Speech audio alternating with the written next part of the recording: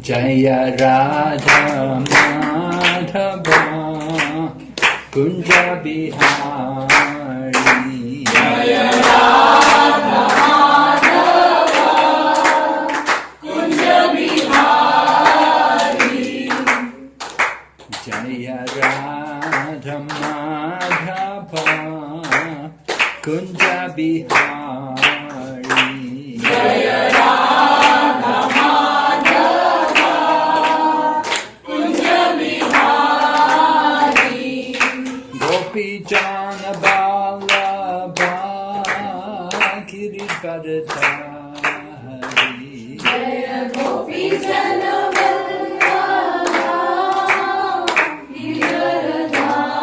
Giridharadhari Gopi Jana Vallabha Girivardhari Jaya Gopi Jana Vallabha Giridharadhari Yashodanandana Braja Janaranjana Yashodanandana Braja Janaranjana Yashodanandana Braja Janaranjana Yashodanandana Braja Janaranjana Yamunatira Vanachari Yamuna Tira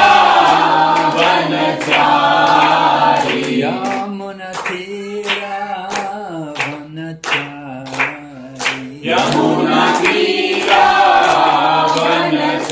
Vanachari Jaya Radha Madhava Kunja Bihari Jaya Radha Madhava Kunja Bihari Jaya Radha Madhava Kunja Bihari Jaya Radha Madhava Kunja Bihari Gopi Jana Vallabha Girivardhari Jaya Gopi Jana Vallabha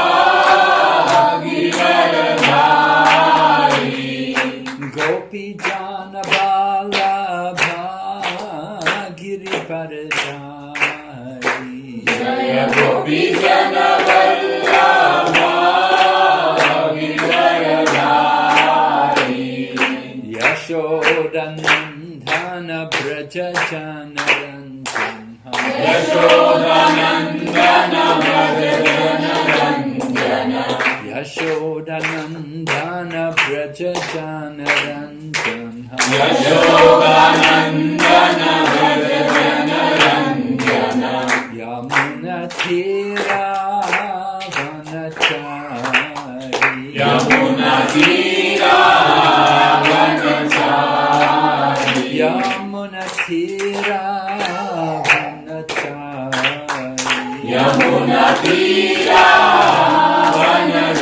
Vanachari Hare Krishna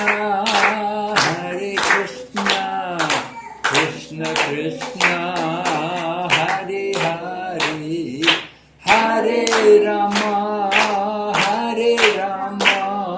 Rama Rama Hare Hare Hare Krishna Krishna Krishna Hare Hare Hare Rama Rama Rama Hare Hare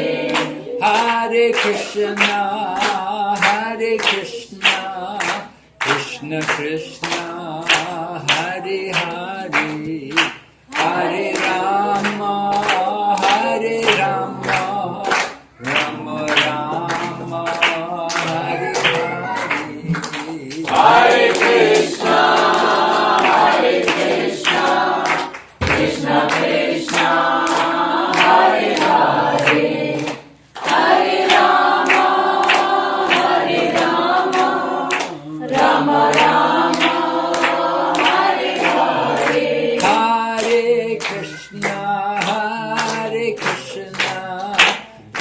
Krishna, Hare Hare, Hare Rama, Hare Rama, Rama Rama, Hare Hare.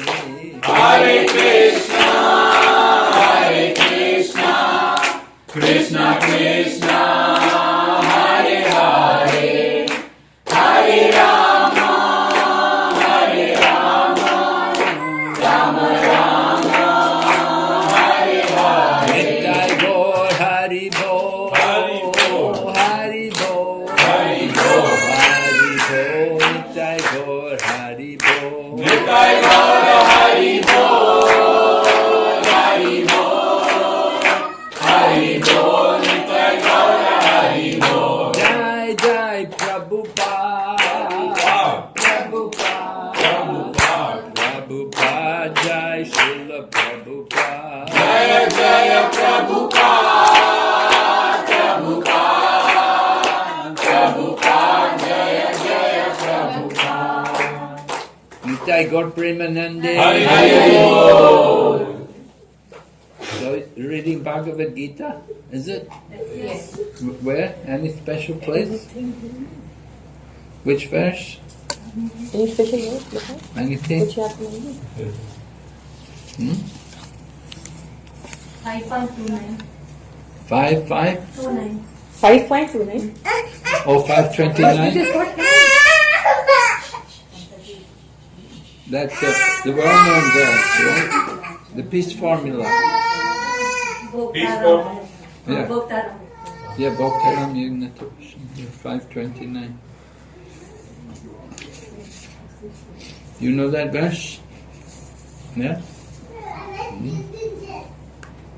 It's the last verse of the 5th chapter. Om Namo Bhagavate Vasudevaya. Om Namo Bhagavate Vasudevaya. Om Namo Bhagavate Vasudevaya. Om Namo Bhagavate Vasudevaya. Om Namo Bhagavate Vasudevaya. Om Namo Bhagavate Vasudevaya. Narayanam Namaskrityam. Narayanam Namaskrityam. Naram Chaiva Narottamam. Naram Chaiva Narottamam. Devim Sarasatim Vyasam. Devim Saraswatim Vyasam. Tato Jayamudhiraya. Tato Jayamudhiraya. Nastaprayeshu Vabhadreshu. Nashtaprayeshu Abhadreshu. Nityam Bhagavata Sevaya. Nityam Bhagavata Sevaya. Bhagavati Uttama Shloke. Bhagavati Uttama Shloke. Bhaktir Bhavati Nashtaki. Bhaktir Bhavati Naishtaki. So we're reading Bhagavad Gita, chapter 5, Karma Yoga, Action in Krishna Consciousness. And this is the last verse of the 5th chapter, number 29. Bhoktaram Yagna Tapasam. Bhoktaram Yagna Tapasam. Sarvaloka Maheshwaram. Sarvaloka Maheshwaram. Suridam Sarvabhutanam. Suridam Sarvabhutanam. Yadvamam Shantim Richati. Yadvamam Shantim Richati. Bhoktaram Yagna Tapasham.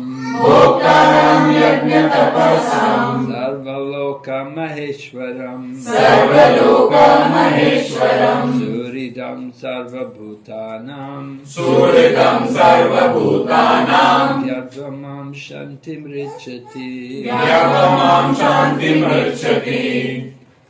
Bhoktaram Yagna Tapasam. Bhoktaram Yagna Tapasam. Sarvaloka Maheshwaram. Sarvaloka Maheshwaram. Suridam Sarvabhutanam.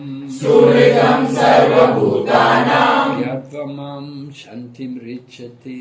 Yadvamam Shantim Richati. Would you like to chant?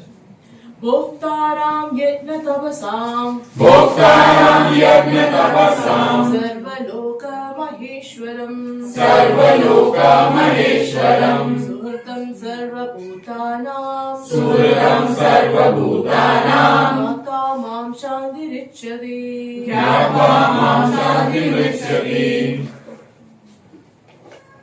Yes? Chant? No?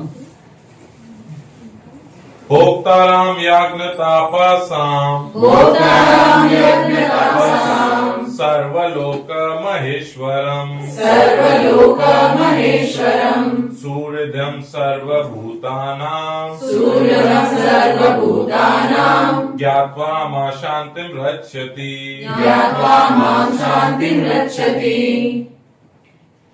Bhoktaram yajna tapasam Bhoktaram yajna tapasam Sarvaloka Maheshwaram Sarvaloka Maheshwaram Suhridam Sarvabhutanam Suryam Sarvabhutanam Jnatva Mam Shantim Rachyati Jnatva Mam Shantim Rachyati.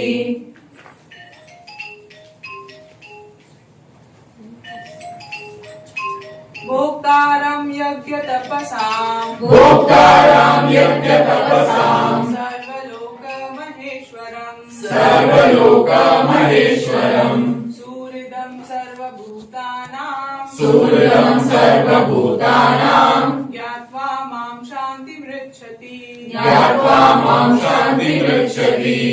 Bhoktaram yajna tapasam Bhoktaram yajna tapasam Sarvaloka Maheshwaram Sarvaloka Maheshwaram Suhritam Sarvabhutanam Suhritam Sarvabhutanam Gyatva Mam Shantim Richyati Jnatva Mam Shantim Rachyati.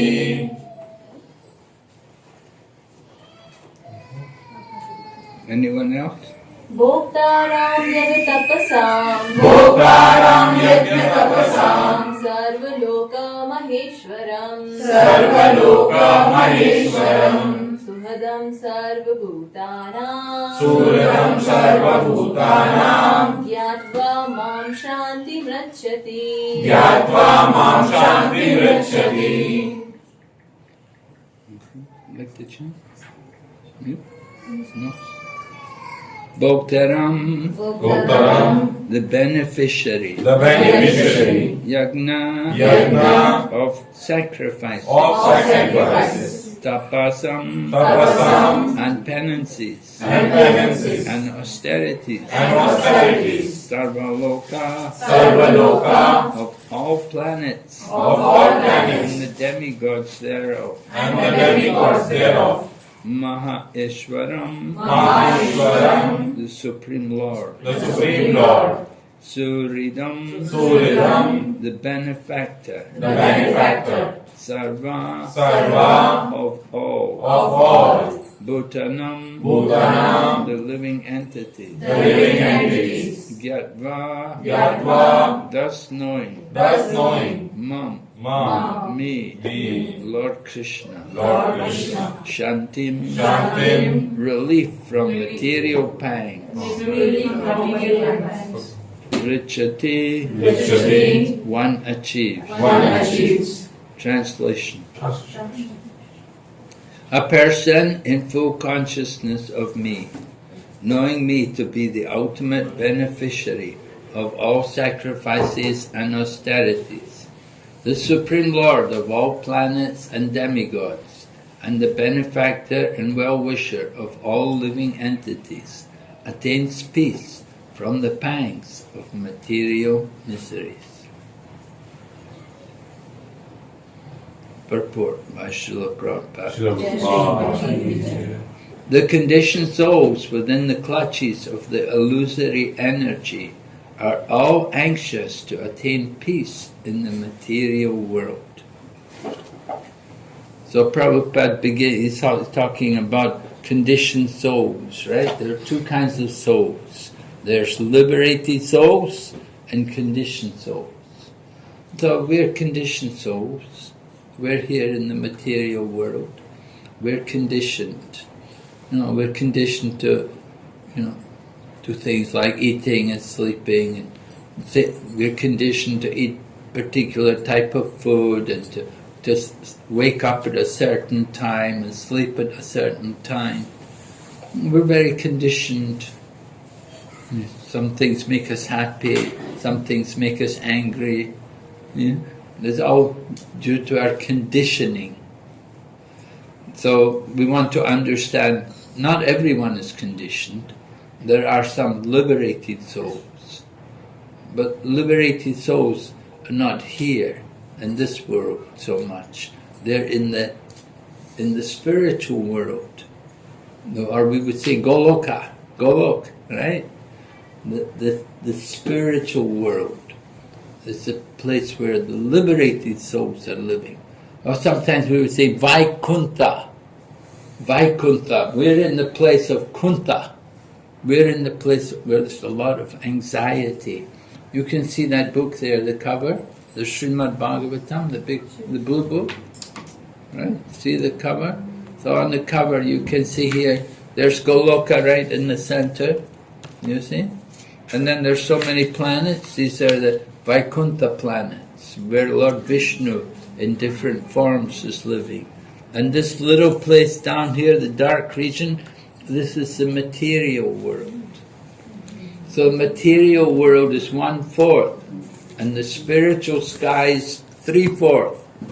So the spiritual world is much bigger than the whole material creation. Our world, this material world, is very small compared to the spiritual sky. And in the spiritual sky, it's all liberated souls. Right?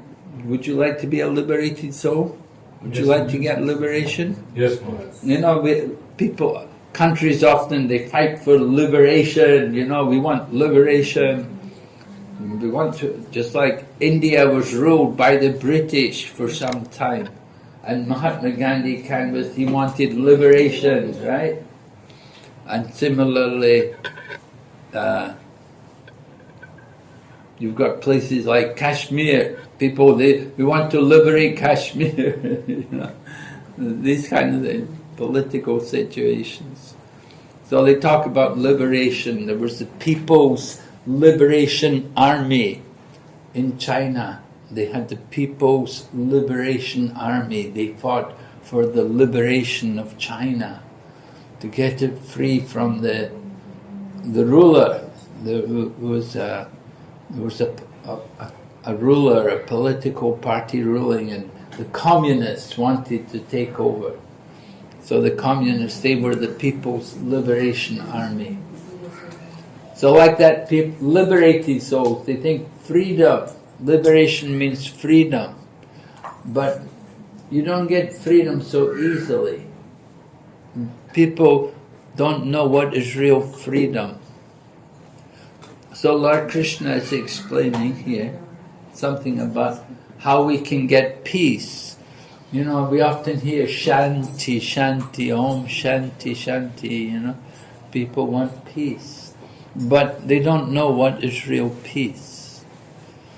We talk about peace, we want peace.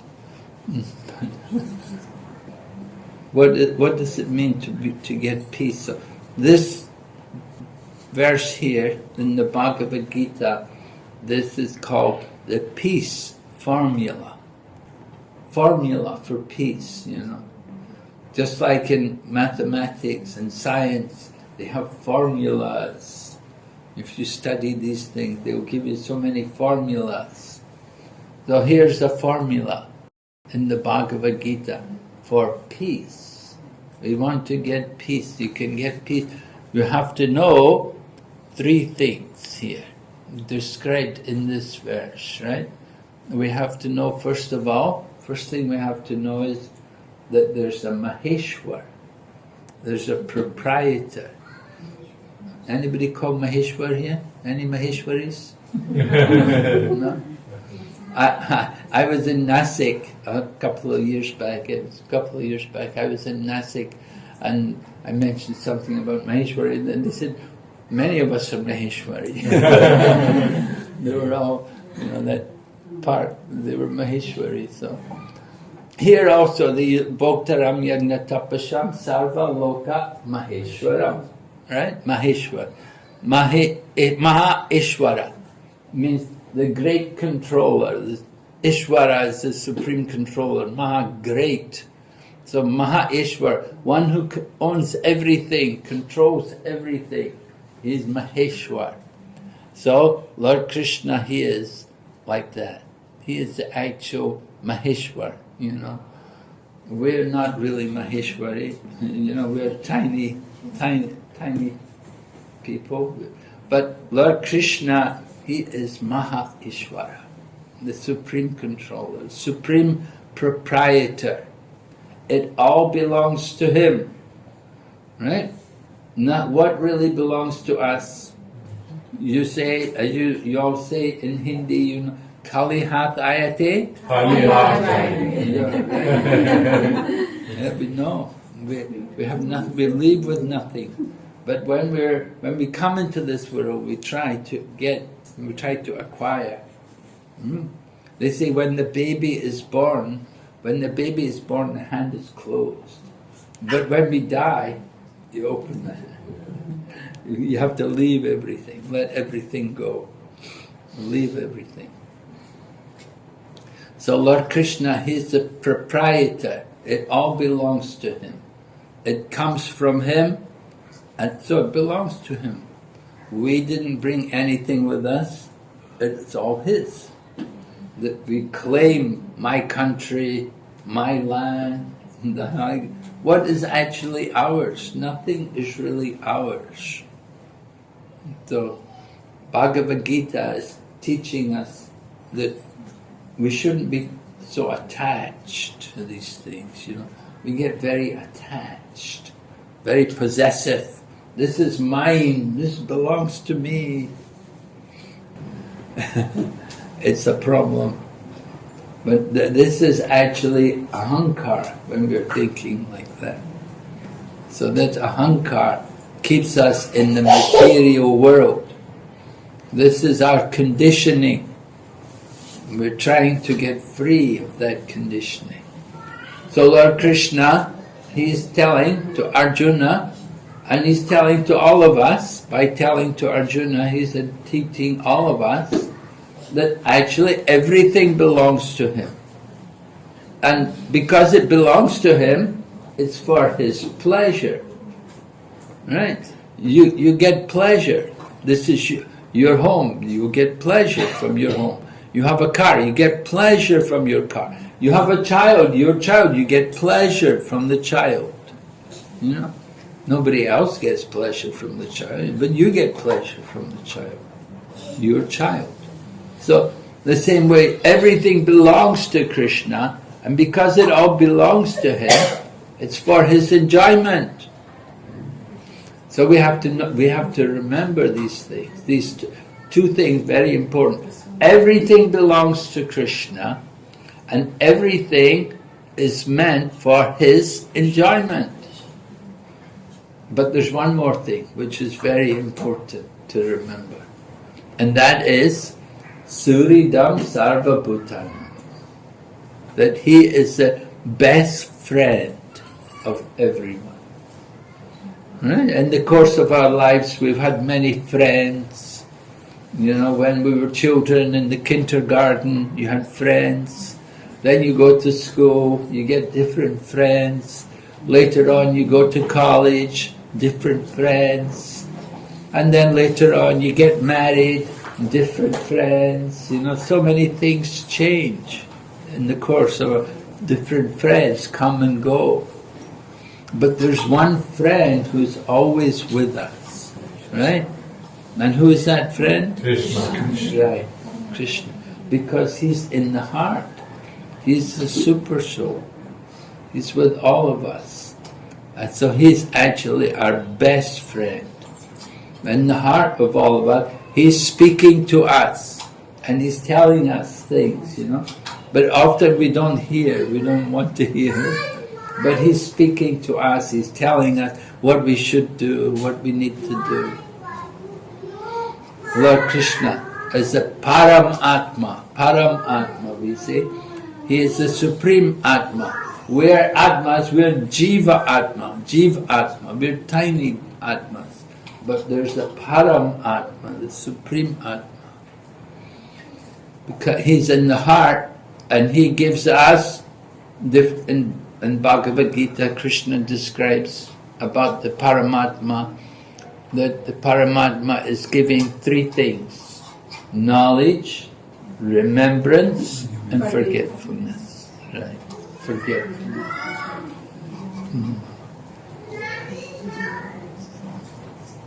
So these three things, they come according to our desire, because Krishna's in the heart, so He knows our heart.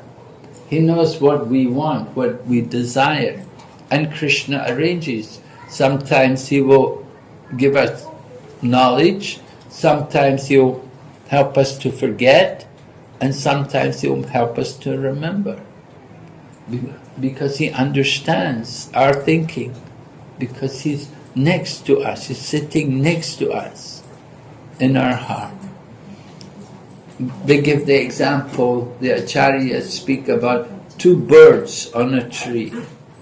Just like two birds are in the tree. And one bird is eating the fruit, and the other bird is watching. So like that, there are two Atmas. There's the Jiva Atma and the Param Atma. And the Jiva Atma is eating the fruit. And sometimes the fruit is nice, and sometimes it's bitter. Sometimes it's sour or whatever. But Paramatma, Krishna, He's sitting there and He's watching, He's seeing everything. So we want to understand our relationship with Krishna, how He's a very good friend to all of us. But we have to cooperate with Him. We have to understand everything belongs to Him. So just think, if you had a friend, maybe you're a friend of Mr. Ambani, right? You know, they're pretty big people, right? Rich people, you know. What was it? Ambani's son got married, and how much money did he spend for the wedding for his son? You know, millions and millions. And he brought artists from America and everything to perform for his son's wedding. So just imagine if you're a friend of some very rich person, you know, you feel, oh, very good, you know, I've got such a big, rich man, he's my friend. But we have Krishna for a friend. We should be appreciating how fortunate we are to have a friendship with Lord Krishna. Because Lord Krishna is much more special than Ambani or any of these other very rich billionaires or industrialists. You know, they're enjoying some karma. They have some karma, and so they're enjoying for a little while, but it's temporary. You know, just like one of Prabhupada's disciples, there's the one man from America, he's the grandson of Henry Ford.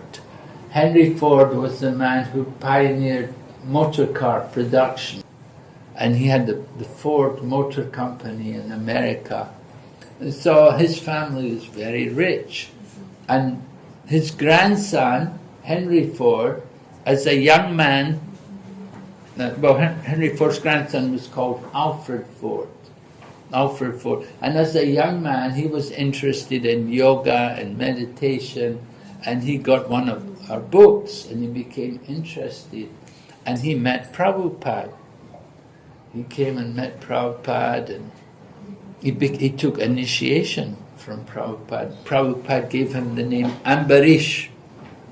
From Alfred Ford, he became Ambarish Ford. Right? And he was a rich man, but he told devotees, he said, you know, money doesn't make you happy. And he told about his own mother. He said, He said recently my mother died. Actually, when his mother died, he brought his mother's ashes, put them in the Ganga. And at that time he was telling devotees, he said, people think money will make you happy. They're so they do everything to try to get money. But he said, I've seen money doesn't make you happy. He said, I saw my own mother. She had so much money, but she was not happy. So we have to understand happiness is something which it doesn't just come from money. Happiness is actually the nature of the soul.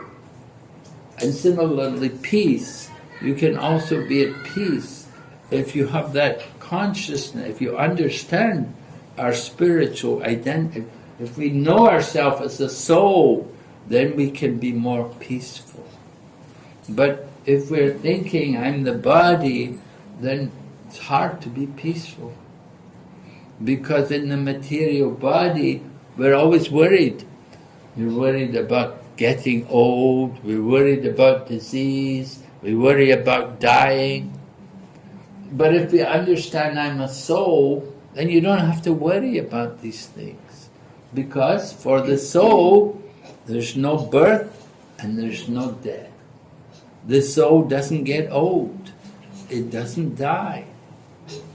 And the nature of the soul is Sat Chit Anand, eternal, full of bliss and knowledge. So Krishna consciousness is to help us to remember these, to come to the higher platform, to the spiritual platform, knowing ourselves as a soul. And when we chant Hare Krishna, you can experience the spiritual energy.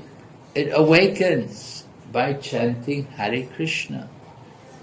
So this is why we encourage everyone, chant the holy name, do your chanting.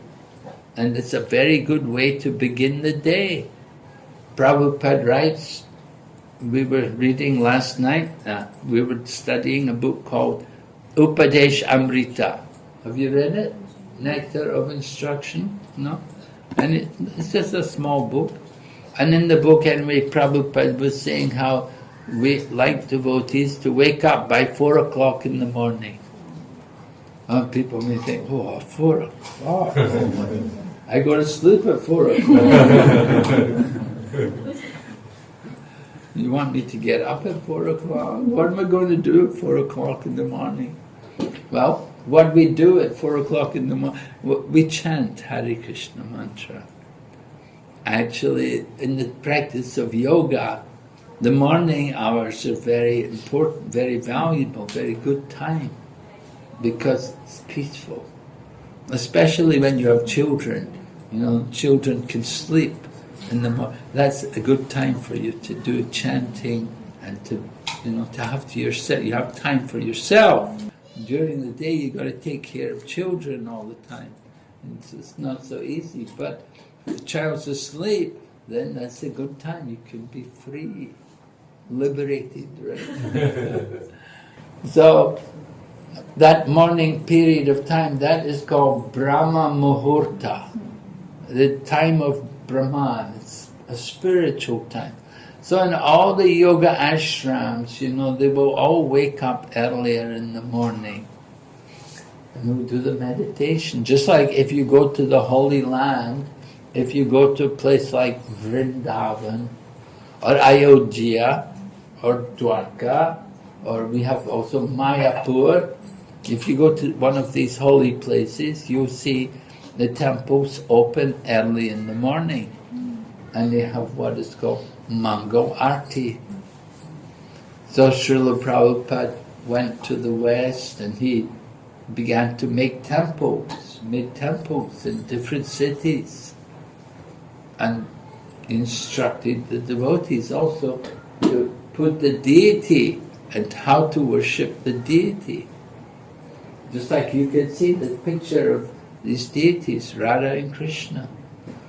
So devotees will worship the deity.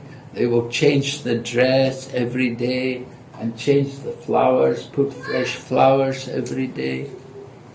Not only do they dress and put flowers, but they also cook for the deities. And we encourage devotees also. In your home, like this, you have an altar, and when we cook, we offer it on the altar.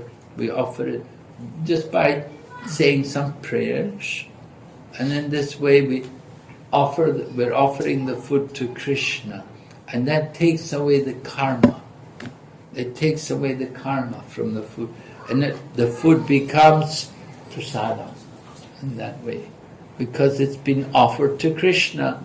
So we're taking the prasadam of Lord Krishna.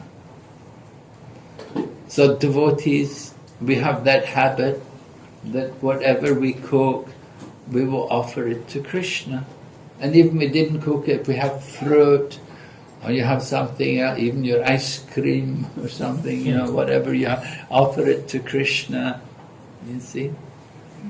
And that way it becomes free of karma.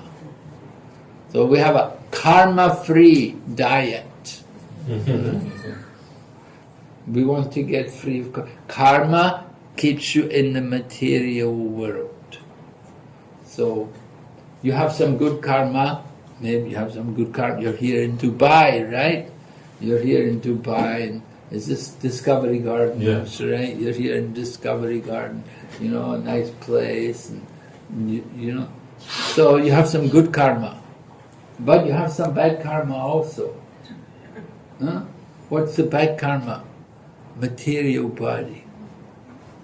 Right? We're here, but we cannot stay here forever.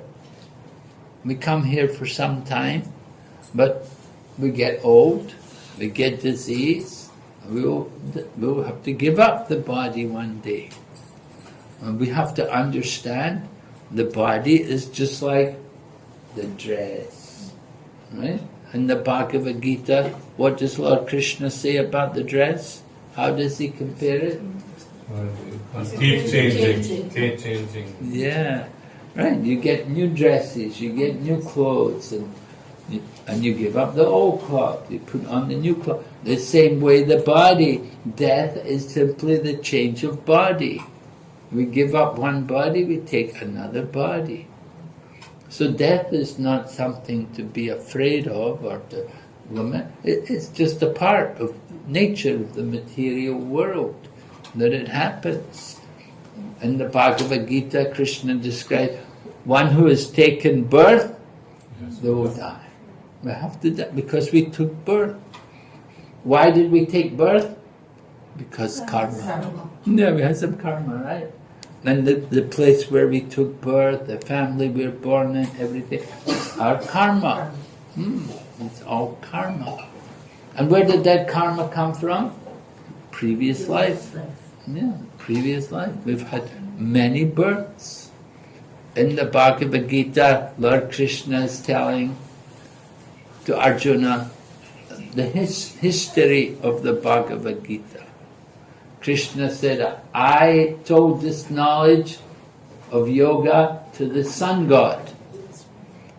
And Arjuna was thinking, what? Arjuna he said to Krishna, how could you tell the knowledge to the sun god? He said, you and I are the same age. The sun god is so much senior in age than us. How could you give the knowledge to him? But Lord Krishna tells Arjuna, he said, we've had many births. I can remember them. You cannot. Right? We don't remember where were we in previous life. We can't even remember where we last week. We don't remember. What to speak of previous life? We don't remember. But we've had many births. That's the nature of the soul. But the soul needs the body. So we take birth.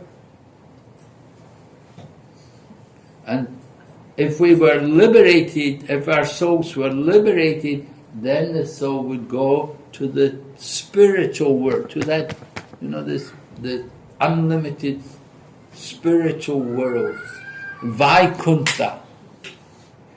Vaikuntha means no anxiety. But this world here, anxiety. Lot of anxiety. Because we have the body, the dress.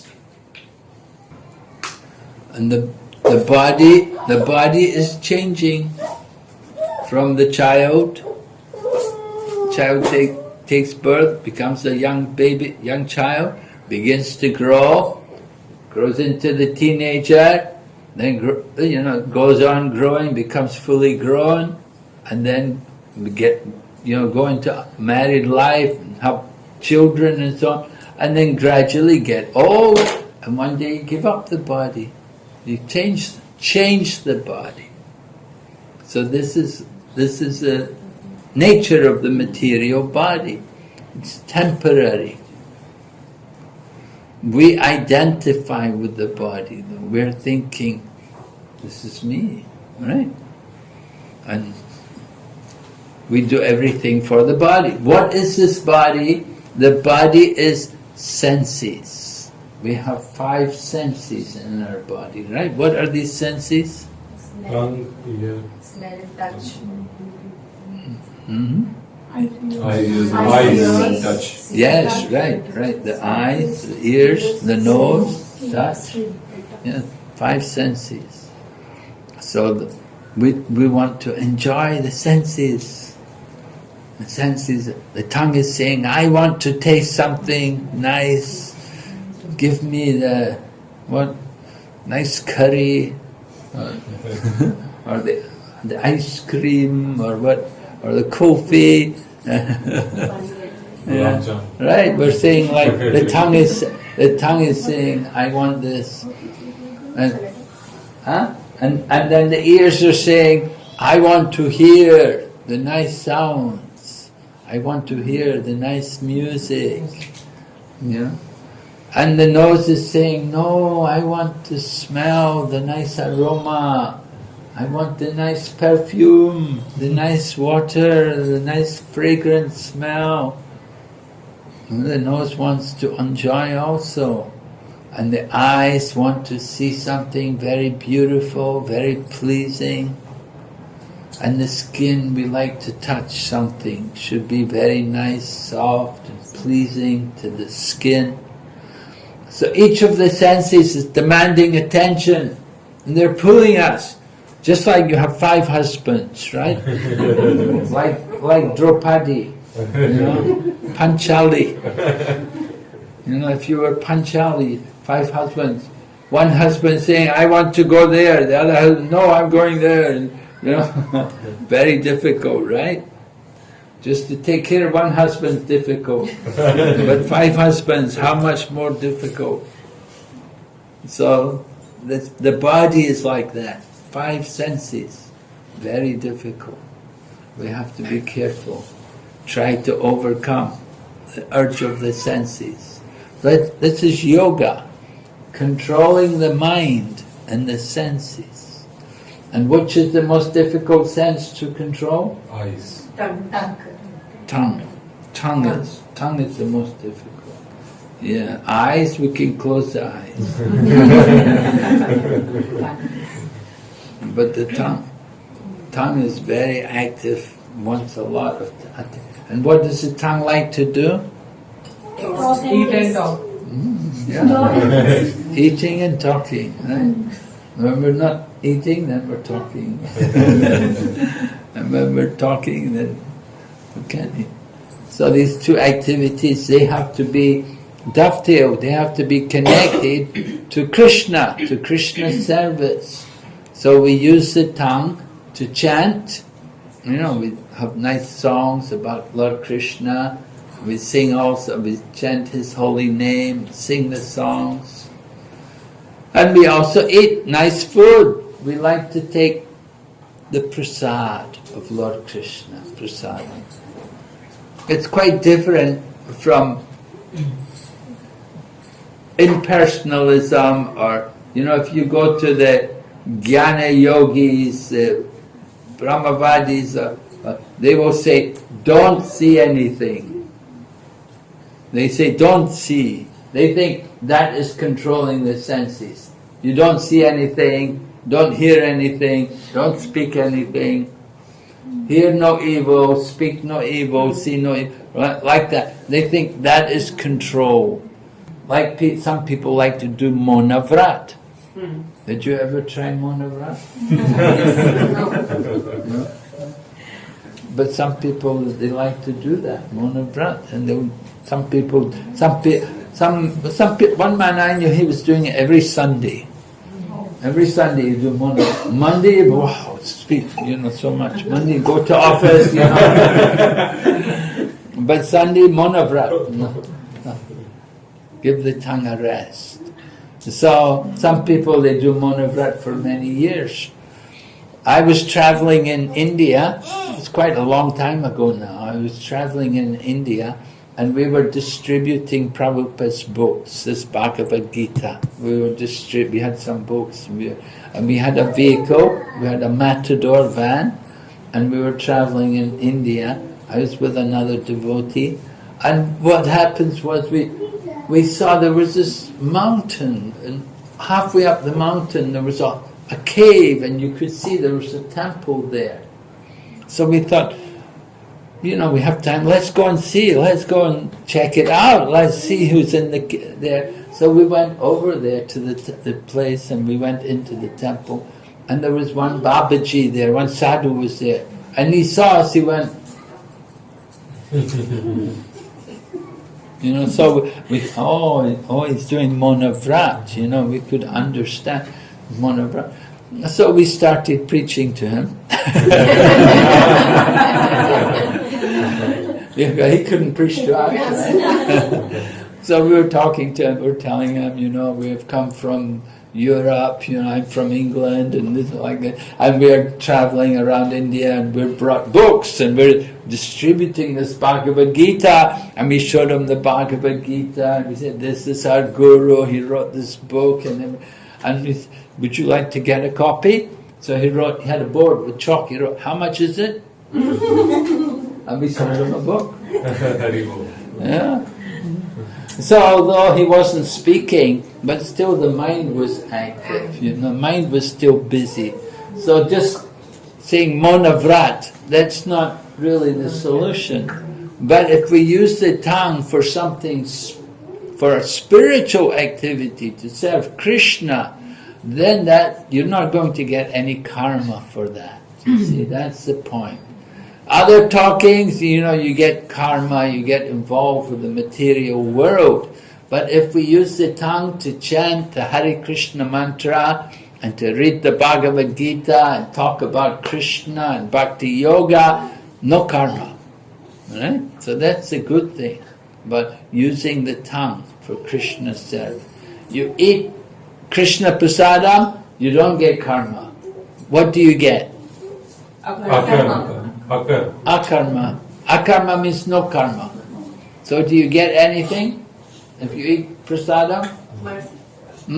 Mercy. You get mercy? Yeah, we get purified, right?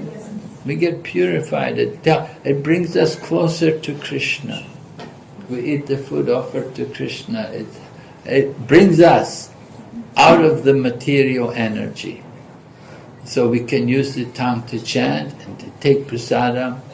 And we use our body, try to use the senses, all the senses, in the service of Krishna.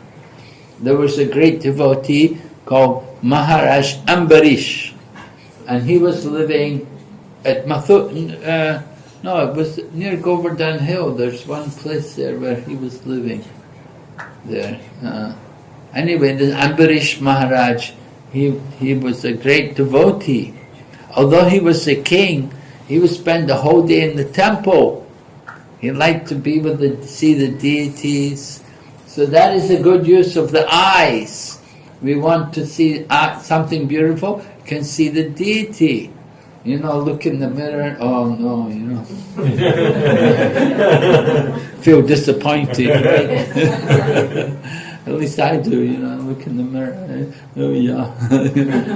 But anyway, like that, if we see Krishna, we say, oh beautiful, so nice.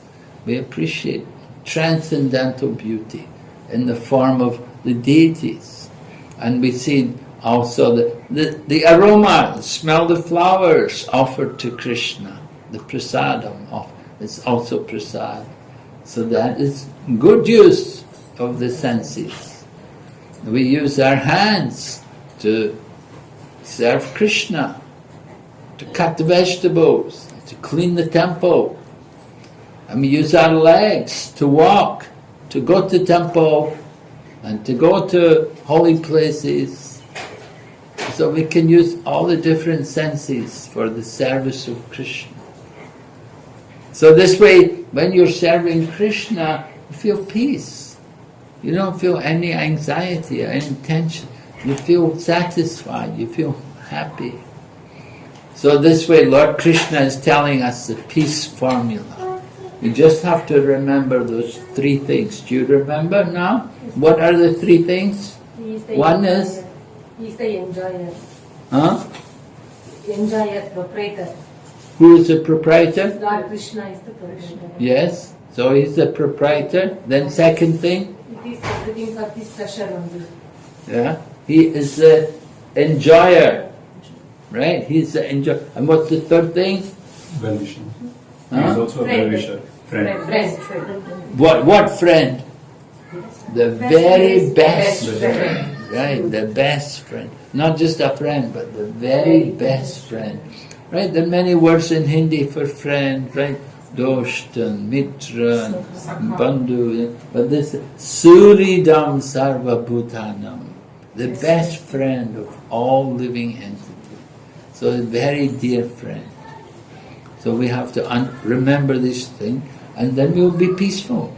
We'll be free from the anxiety, whatever happens when things go bad for us.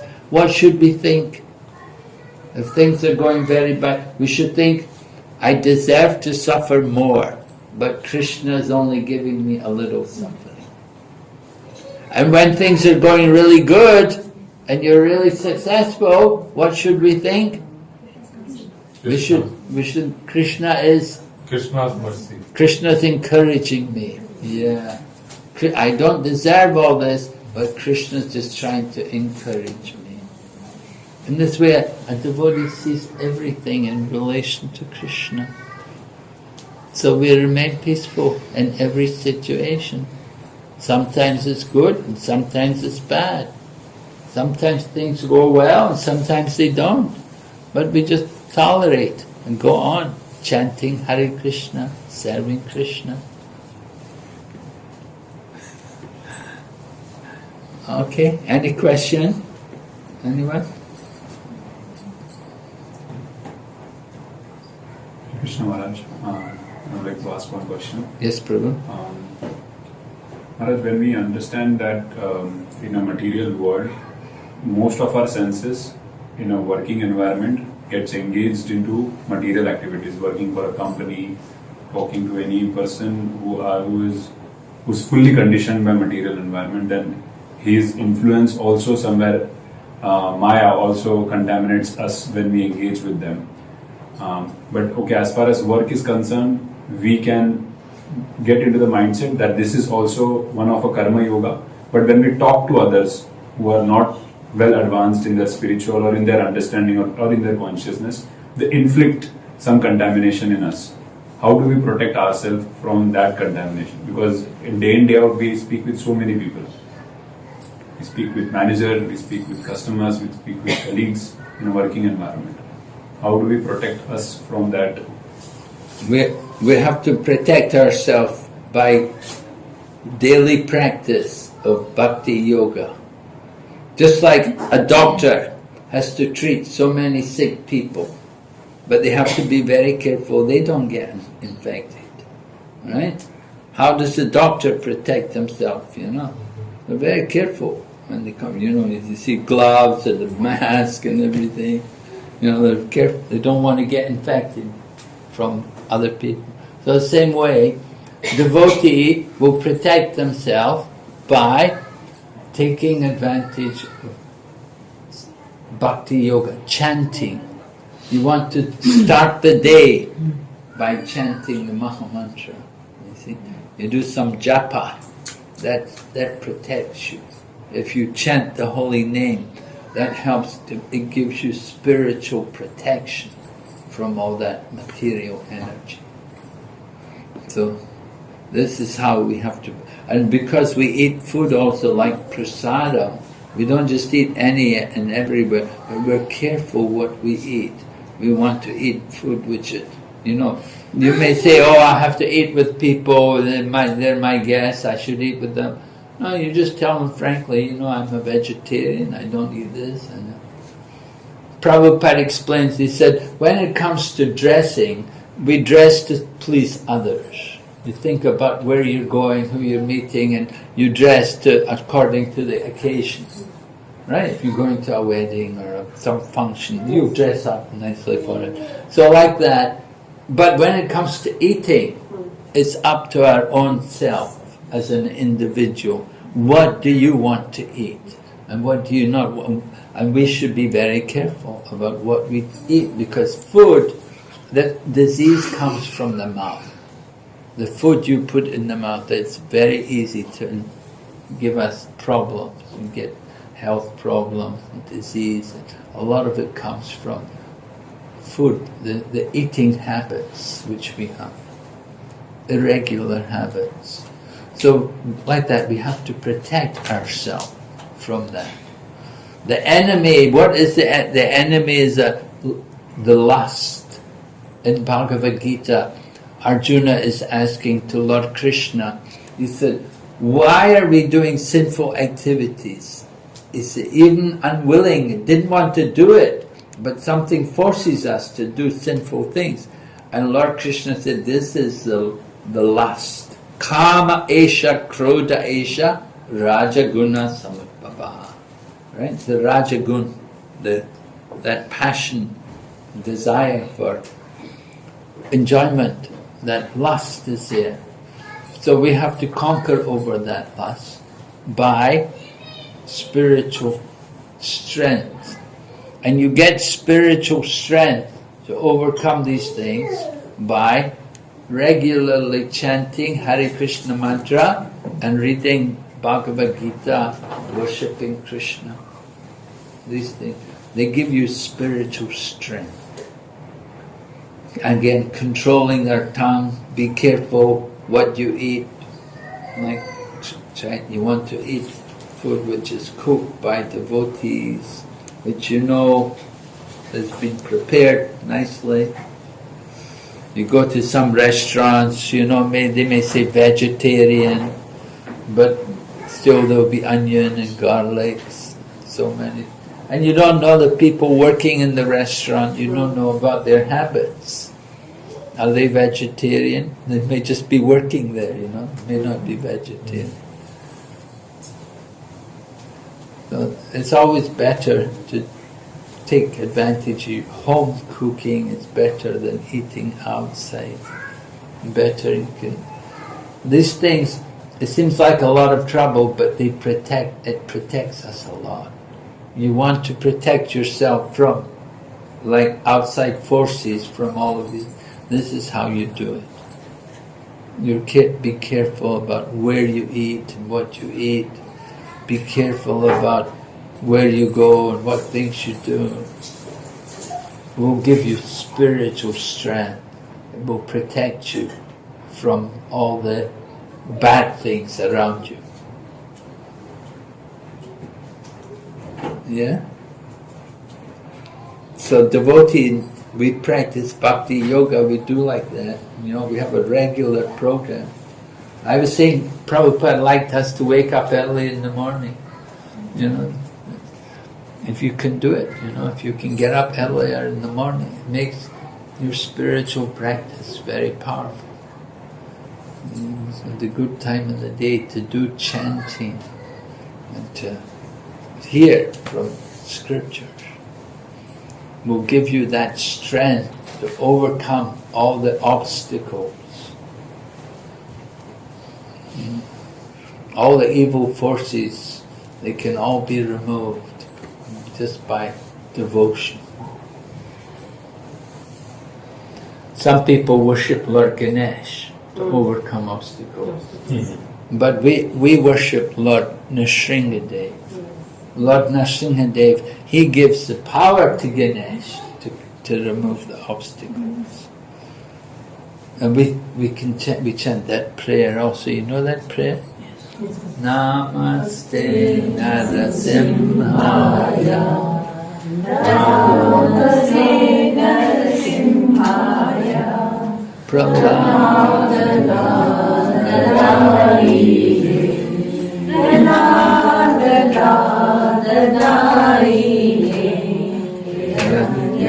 Kasipurvakshaha Shanyakashipurvakshaha Shilakankanakalaye Shilakankanakalaye Ito Nasimha Parato Nasimha Ito Nasimha Parato Nasimha Yato yato yami tato nasimha Yato yato yami tato nasimha Hare nasimha hridaye nasimha Hare nasimha hridaye nasimha Narasimha malim sharanam prapati Narasimha malim sharanam prapati Pravakara kamala varena Dalita hiranyakashipu Panubringa Yeshavadita narahari rupa Jagadisha Hare Jaya Jagadisha Hare Jaya Jagadisha Hare Narasimhadev Narasimhadev Narasimhadev Jaya Narasimhadev Jaya Prahlad Maharaj Prahlad Maharaj Prahlad Maharaj Jaya Prahlad Maharaj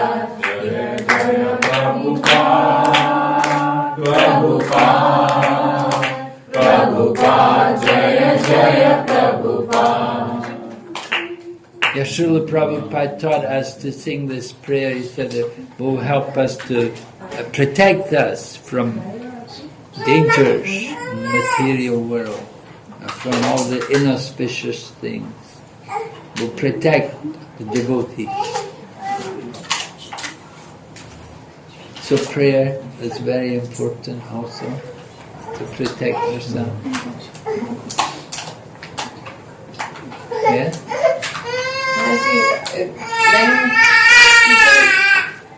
When we are around the people, they do something bad to us. There are people who do, anything bad, or I just generally be quiet. I say it's okay. Let Krishna take care of it. Is it ego or is it faith? I mean, is what they're doing to you? Is it ego? They are doing to you, but then I do not like to reply them back. I usually keep quiet, thinking that okay, Krishna will take care of it. Yeah. That's ego or that's faith? From who? From you? From thinking that Krishna will take care of it. Well, I think it's your good sense. I think it's a sensible thing to do, to just leave it. They say, some people say, an eye for an eye, a tooth for a tooth, you did this to me, I will get back at you. So there's no end to it. You see, it goes on and on, continues, Yes. So that's not good. So certainly, we just want to tolerate. We should think if somebody is doing something wrong to us, we should think, I must have done something wrong to them in the past.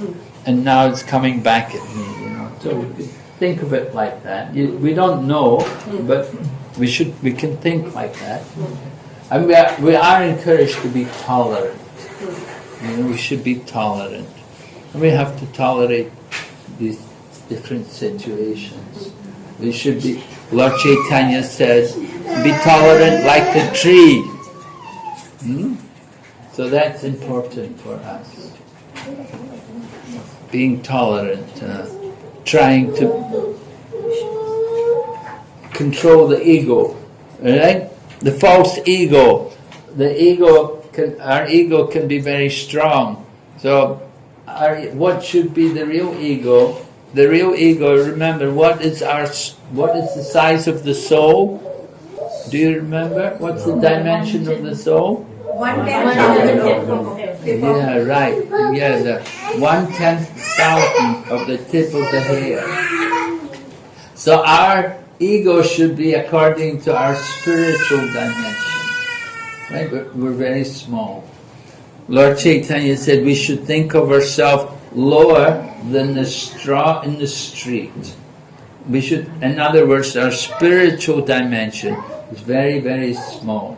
But because of false ego, we're thinking, no, I'm big, I'm a big person. We're thinking in terms of the body. That's the false ego.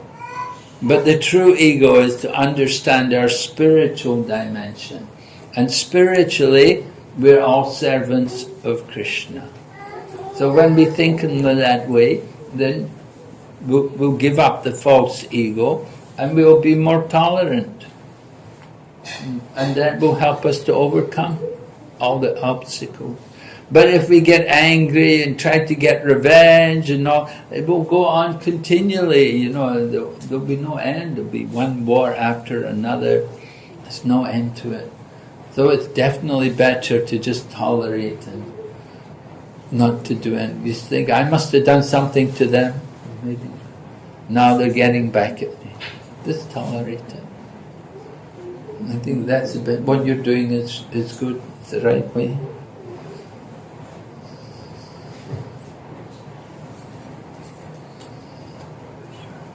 If we don't know why they're doing it, we can't understand their thinking, but we just accept it, okay.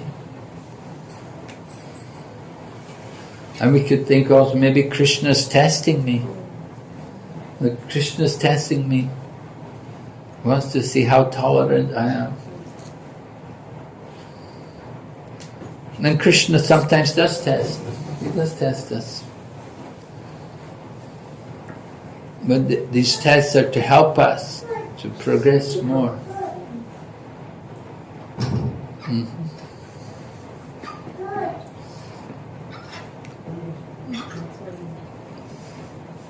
Okay? Hare Krishna. Hare Krishna.